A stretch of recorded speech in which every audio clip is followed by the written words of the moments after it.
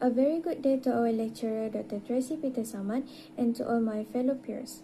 I am Siti Ainina Shahazad binti Muhammad Zabidi, and together with my group members, we will be presenting our findings on Assignment 2, Interactive Video Presentations for our course SSU1023, Basic of Anthropology and Sociology.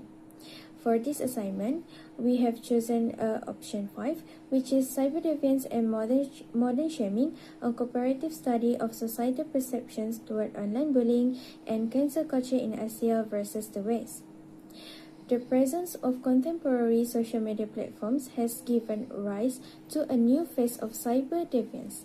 Two major phenomena, most prominently resulting from this dynamic, are the viral spread of online shaming culture and the movement of cyber cancellation or cancel culture.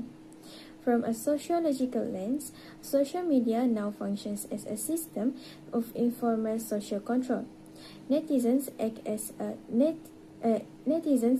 as digital judges or internet vigilantes who monitor and penalize individuals deemed to have violated the collective norms of society. This phenomenon creates surveillance from below or surveillance, where the power of a cyber mob mentality holds the ability to go viral and punish a person's mistake in a matter of seconds. This interactive Flipbook project was conducted based on the following academic objective. First, to compare social realities under CLO1, analyzing how the issues of online shaming and cancel culture are manifested across the distinct cultural landscapes through anthropological and sociological perspective. Second, to describe the functions of social structures under CLO2, examining the role of cyber structures in enforcing social culture, as well as how local and global contexts shape the impacts of this phenomenon on contemporary society. To construct a robust comparative analysis, our group has selected two academic research articles, which is Article 1 represents our local context in Malaysia, entitled A Survey on the Culture of Online Shaming, a Malaysian Experience by Mahmoud et al. 2018. The focus of this study is to exploring the culture of online shaming within Malaysian society, examining the specific types of misconduct such as racism, sexism, and religious bigotry that frequently trigger the anger of local netizens. Article 2 represents our foreign or global context in the Philippines, entitled We Are Cancelled, exploring victims' experiences of cancel culture on social media in the Philippines by Jose et al. 2022.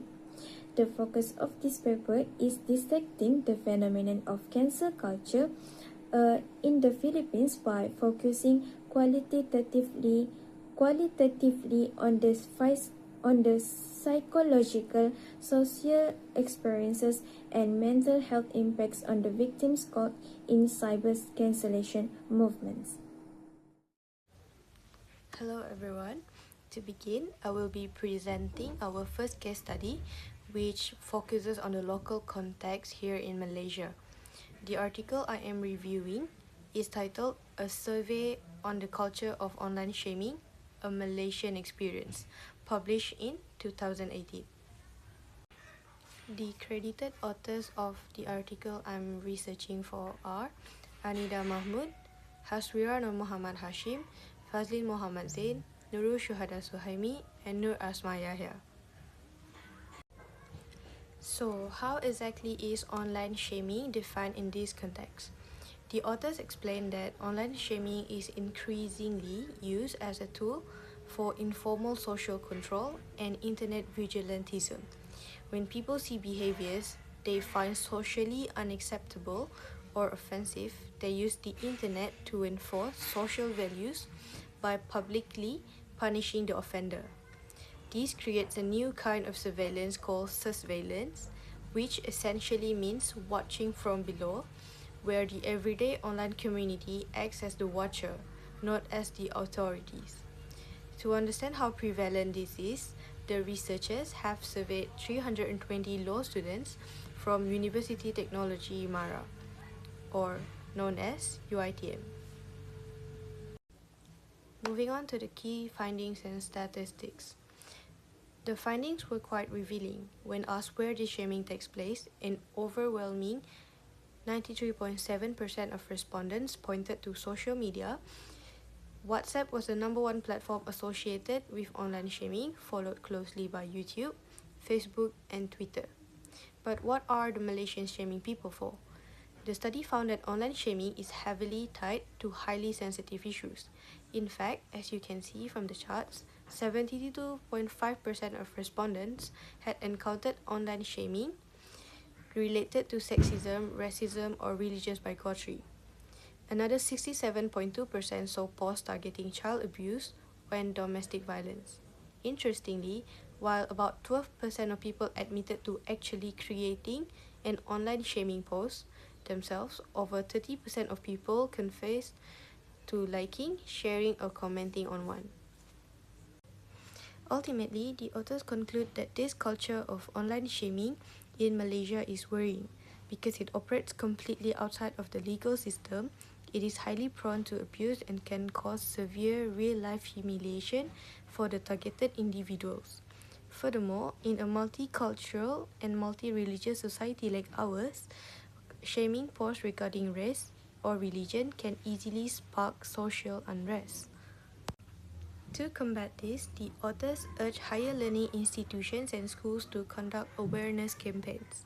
It is to educate students on the legal implications of online shaming, then promote responsible use of social media and respect of others, and lastly, to encourage reporting of cyberbullying and seeking help.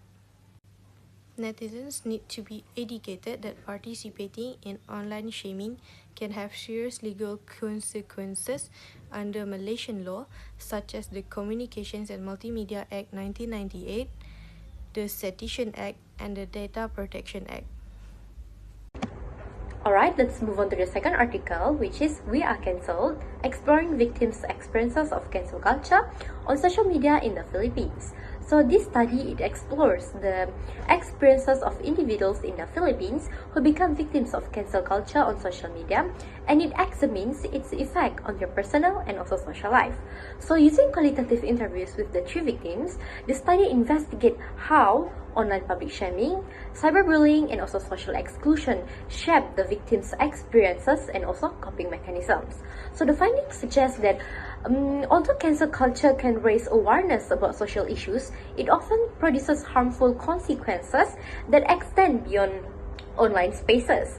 Alright, now let's move on to our main argument. So the articles argue that cancel culture has evolved beyond social accountability and into a form of online abuse characterized by harassment, public humiliation, and also cyberbullying.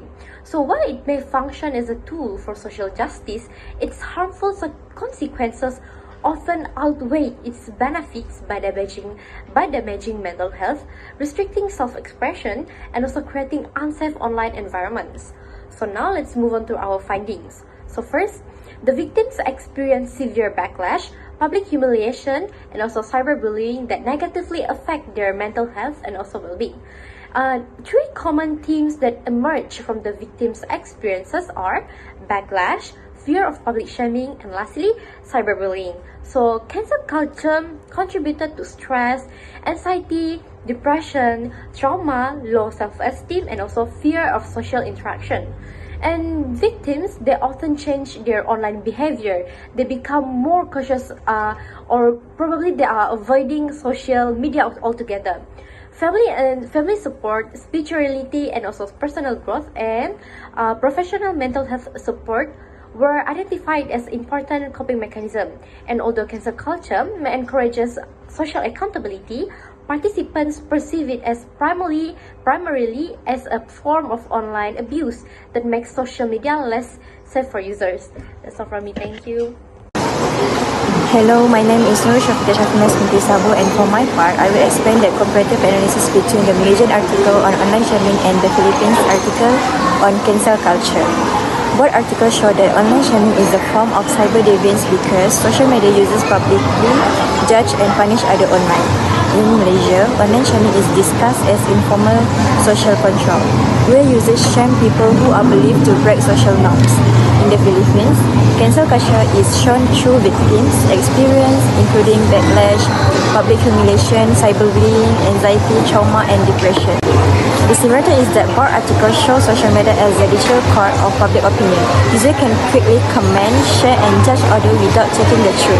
However, the difference is that the Malaysian article focuses more on social patterns, legal awareness, and social tension, while the Philippines article focuses on more emotional harm and mental health effects. Overall, online accountability is important, but it must be responsible. If users spread false accusation or humility other publicly, online shaming becomes cyberbullying. Therefore, people should verify information, avoid personal attacks, and practice responsible digital citizenship. That's all from me.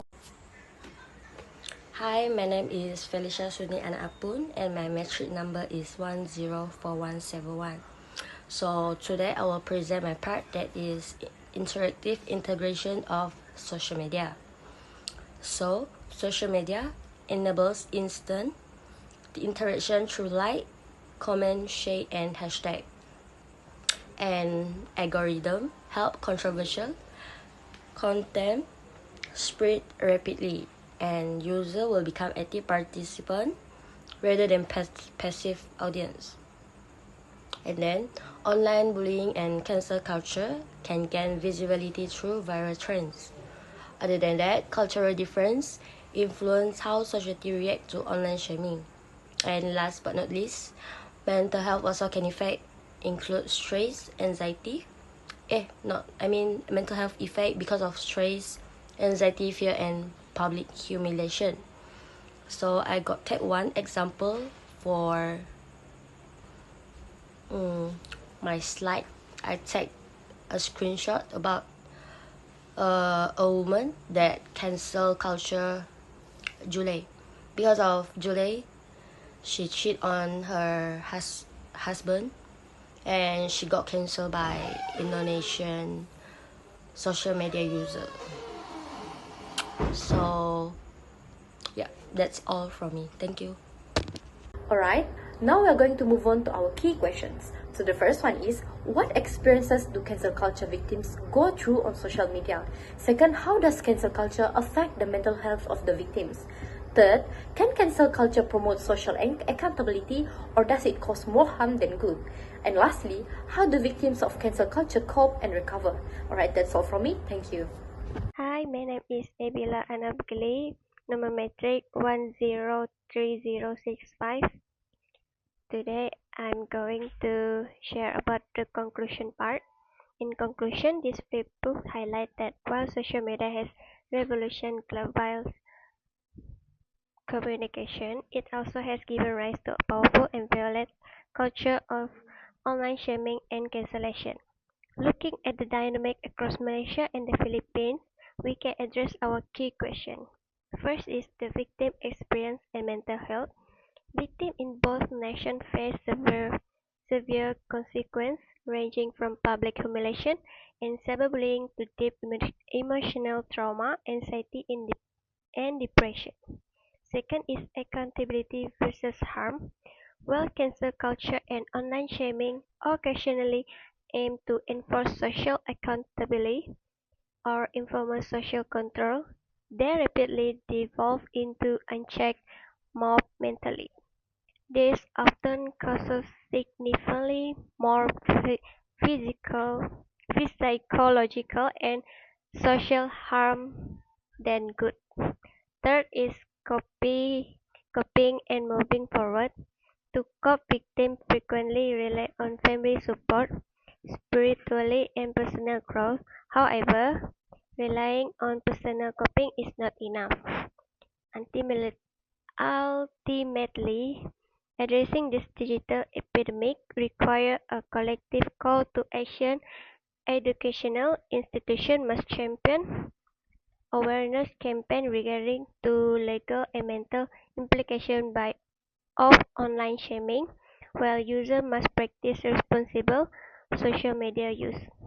By fostering empathy and reporting cyberbullying, we can dismantle toxic mob mentalities and effectively end the stigma, stop the shaming. Thank you.